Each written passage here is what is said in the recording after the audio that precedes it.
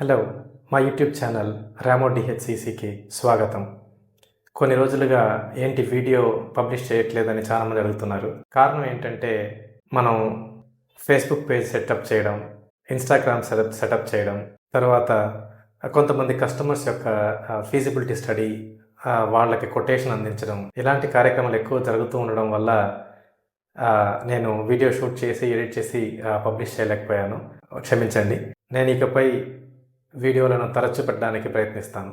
మనం అత్యాధునిక భవన నిర్మాణ శైలి గురించి చర్చించుకుంటున్నాం. అందులోనూ ముఖ్యంగా స్టీల్ బిల్డింగ్స్, వాటి గురించి ఎక్కువ ఇన్ఫర్మేషన్ని షేర్ చేస్తున్నాం. మన ముందు వీడియో చూసినట్లయితే స్టీల్ ఇళ్లను ఎలా నిర్మించాలి, వాటిలోని స్టేజెస్ ఏంటిది అన్నది క్లియర్గా చెప్పాను.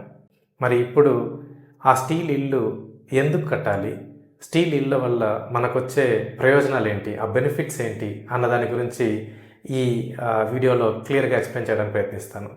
మరి మనం వీడియోలోకి వెళ్దాం. మొదటి ప్రయోజనం చూసినట్లయితే వేగవంతమైన నిర్మాణం. స్టీల్ ఇల్లు నిర్మించడంలో ఉన్న ముఖ్యమైన ప్రయోజనాల్లో ఇది ఒకటండి. అతి వేగంగా మనం ఇళ్లను నిర్మించుకోవచ్చు. ఈ సామర్థ్యం వెనక ఉన్న రహస్యం ఏంటంటే ప్రీ ఫ్యాబ్రికేషన్.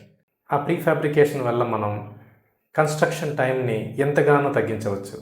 నియంత్రిత ఫ్యాక్టరీ సెట్టింగ్లో ఉక్కు భాగాలు ఖచ్చితంగా ఇంజనీర్ చేయబడి అక్కడే తయారవుతాయి. ఈ ప్రక్రియలో కటింగ్, వెల్డింగ్ మరియు డ్రిల్లింగ్ కూడా ఉంటాయి. అన్ని రోబోటిక్ ప్రిసిషన్తో ఖచ్చితంగా తయారై ఈ భాగాలను నిర్మాణ ప్రదేశానికి రవాణా చేయబడతాయి. ఒకసారి సైట్కు చేరాక అది ఒక పెద్ద పజిల్ లాగా చకచకమంటూ ఒక్కొక్క భాగం అలా అతి వేగంగా ఫిట్ అవుతూ నిర్మాణ సమయాన్ని బాగా తగ్గిస్తాయి. ఆర్సీసీ తరహా నిర్మాణంలో నెలలు లేదా సంవత్సరాలు పట్టే పనిని స్టీల్తో వారాల్లో సాధించవచ్చు. ఇది బిల్డర్లకు మరియు ఇంటి యజమానులకు పెద్ద గేమ్ చేంజర్. ఈ రకమైన నిర్మాణంతో మనం కేవలం సమయాన్ని ఆదా చేయడం మాత్రమే కాదు, సమయంతో పాటుగా లేబర్ ఖర్చులను కూడా తగ్గిస్తున్నాం. చెప్పాలి అంటే టైమ్ ఇస్ మనీ అంటారు కదా, మనం టైంను సేమిస్తే డబ్బును కూడా సేమించినట్టే. స్టీల్ భవనాలతో ఖచ్చితమైన ప్రెసిషన్ మరియు వేగం 100కి 100 సాధ్యం. ఇక రెండవ ప్రయోజనం మన్నిక మరియు బలమైనది. స్టీల్ కేవలం త్వరగా ఇన్స్టాల్ చేయడం మాత్రమే కాదు, ఇది మన్నికైనది మరియు బలమైనది కూడా. ఇది ఆర్సీసీ నిర్మాణంలో వచ్చే సవాళ్లను కూడా అధిగమిస్తుంది. మాలిక్యులర్ లెవెల్లో చూసినట్లయితే గుర్తించదగ్గ స్ట్రెంగ్త్ టు వెయిట్ రేషియో కలిగి ఉంటుంది. దీని అర్థం ఏంటంటే ఇది భారీ లోడ్లను మోయగలదు మరియు తీవ్రమైన వాతావరణాన్ని తట్టుకోగలిగిన సామర్థ్యం కలిగి ఉంటుంది. ముఖ్యంగా ఆర్సీసీ నిర్మాణాల కంటే మెరుగ్గా భూకంపాన్ని కూడా తట్టుకోగలదు. సాధారణ నిర్మాణ రుగ్మతులని స్టీల్ తన రెసిలెన్స్తో నిరోధిస్తుంది. ఆర్సీసీ నిర్మాణం వలె కాకుండా ఉక్కు చెదపురుగులు మరియు తెగులు బారిన పడదు. ఇందులో కాలక్రమేణా పగుళ్ళు రావడం లాంటివి ఉండదు. స్టీల్ గృహాలు నేటి తరానికి మాత్రమే నిర్మించబడటం లేదు, అవి తరతరాలు నిలిచి ఉండేలా నిర్మించబడతాయి. ఇప్పుడు మనం మూడవ ప్రయోజనం చూద్దాం. అది డిజైన్లో అనుకూలత. స్టీల్ యొక్క బహుముఖ ప్రజ్ఞ దాని డిజైన్ అనుకూలతలో స్పష్టంగా కనిపిస్తుంది. ఆర్కిటెక్ట్లు మరియు బిల్డర్లు అయితే స్టీల్ అందించే సృజనాత్మక స్వేచ్ఛ కోసమే స్టీల్ను ఎంతగానో అభిమానిస్తారు.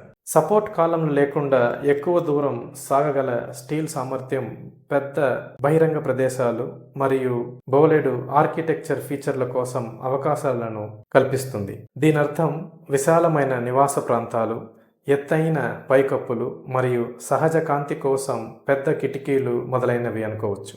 మధ్యలో కాలం లేకుండా మీ బేస్మెంట్ లేదా కార్ పార్కింగ్ని ఊహించుకోండి. ఎంతో సులభంగా మరియు సౌందర్యంగా అది కనిపిస్తుంది కదూ.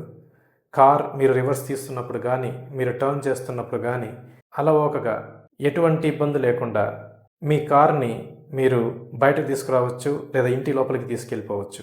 ఉక్కుతో మీ ఊహకు పరిమితే లేదు. ఇది ఆర్సీసీలో ఉన్న సవాళ్లను లేదా అసాధ్యంగా ఉండే వక్రతలను కూడా అధిగమిస్తుంది. అతిపెద్ద క్యాంటిలీవర్లు మరియు వంపులు కూడా అనుమతిస్తుంది. ఈ అనుకూలత ఇంటీరియర్ డిజైన్ కూడా వర్తిస్తుంది. స్టీల్ ఇళ్లలో స్థలాలను పునర్నిర్మించడం చాలా సులభం. నిర్మాణ సమగ్రతను అంటే ఆ స్ట్రక్చరల్ స్ట్రెంగ్త్ అని ఉంటుంది కదండి, దాన్ని ప్రభావితం చేయకుండా గోడలను పునర్నిర్మించుకోవడం చాలా సులువు. కాలక్రమేణా మారుతున్న అవసరాలకు అనుగుణంగా ఇంటిని మీరు సులువుగా మార్చుకోవచ్చు. ఉక్కుతో డిజైన్ చేయడం ఎంతో స్వేచ్ఛనిస్తుంది. ఒకప్పుడు అసాధ్యమని భావించిన నిర్మాణాలను ఇప్పుడు అలవోకగా స్టీల్లో నిర్మించవచ్చు. ఇప్పుడు 4వ ప్రయోజనం చూద్దామా? స్థిరత్వం మరియు నాణ్యత నియంత్రణ. నిర్మాణంలో నాణ్యత మరియు స్థిరత్వం చాలా ముఖ్యమైనది. ఇందులో స్టీల్ ఎప్పుడూ ముందే ఉంటుంది. ఫ్యాక్టరీ సెట్టింగ్లో స్టీల్ భాగాలను ఉత్పత్తి చేయడం వల్ల అసమానమైన నాణ్యత నియంత్రణను సాధించవచ్చు. ప్రతి కాలం, బీమ్ మరియు ప్యానెల్లు ఖచ్చితమైన స్పెసిఫికేషన్లకు ఉత్పత్తి చేయబడతాయి.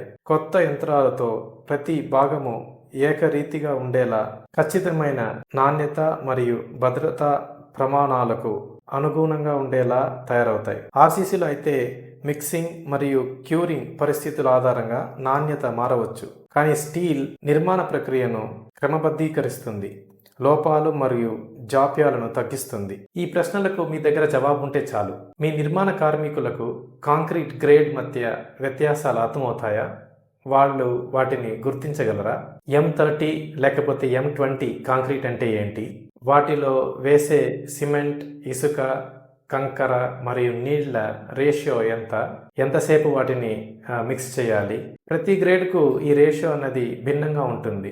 దీన్ని గుర్తించగలిగిన కార్మికులు మీకు ఆన్సైట్ అక్కడ కన్స్ట్రక్షన్ సైట్లో ఉన్నారా? రీబార్ కేజ్ అంటే ప్రతి కాలం బీమ్లో వాడే స్టీల్ బార్స్ ఏదైతే ఉందో అవి స్పెసిఫికేషన్కి అనుగుణంగానే ఉన్నాయా?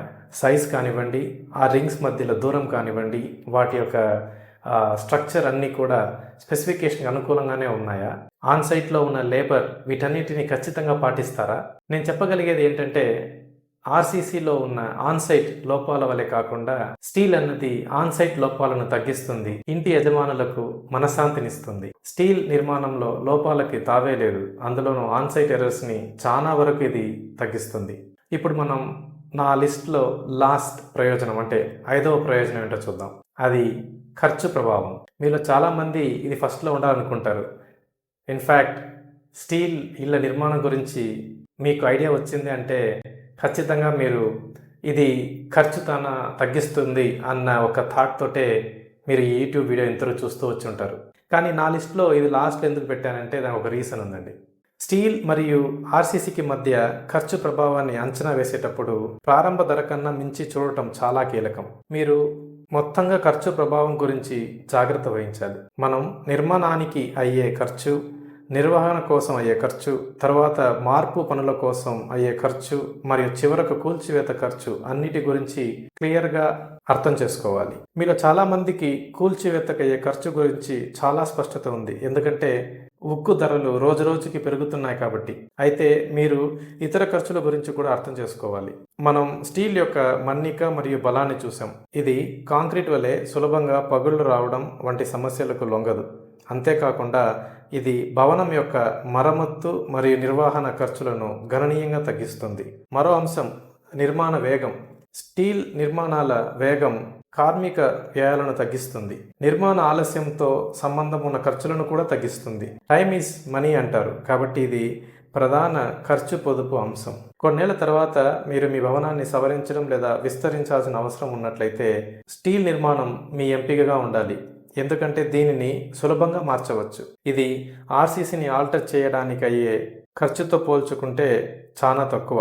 మీరు నిర్మాణం, నిర్వహణ మరియు కూల్చివేత ఖర్చులను అన్నిటినీ పరిగణలోకి తీసుకున్నట్లయితే స్టీల్ భవనం మీ మొదటి ఎంపిక అవుతుంది, ఎందుకంటే ఇది ఓవరాల్ బిల్డింగ్ కాస్ట్ని తగ్గిస్తుంది.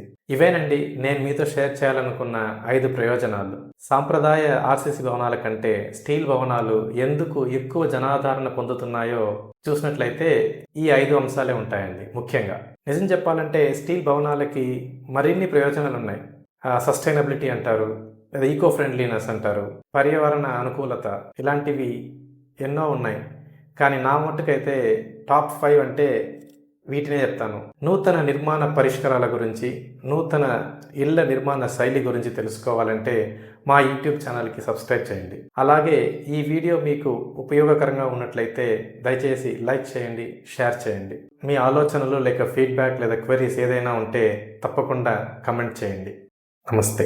తరతరాలకు తమ ఉనికిని నిర్ధారిస్తూ నిర్మించుకున్న వారి వారసత్వానికి సజీవ నిదర్శనంగా నిలిచేదే ఇల్లు.